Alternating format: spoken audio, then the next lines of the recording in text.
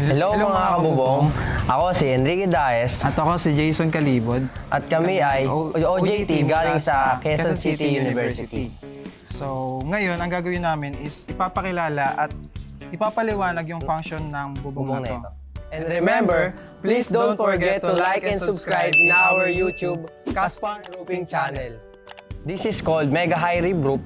Ito ay isang pre-painted metal roofing na ginagamit sa mga industrial plants dahil ang bubong na to is pang heavy duty talaga. Ang roof na ito ay may corrosion resistant primer na tumutulong maiwasan ang kalawang kaya mas matibay at pang matagalan kahit na expose sa init, ulan at iba pang harsh conditions.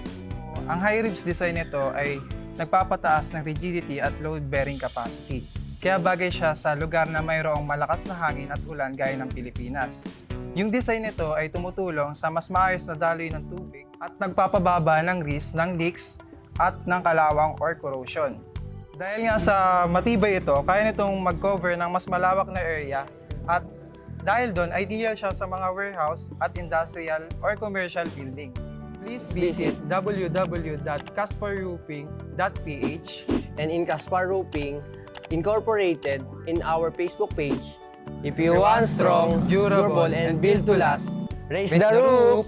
Woo!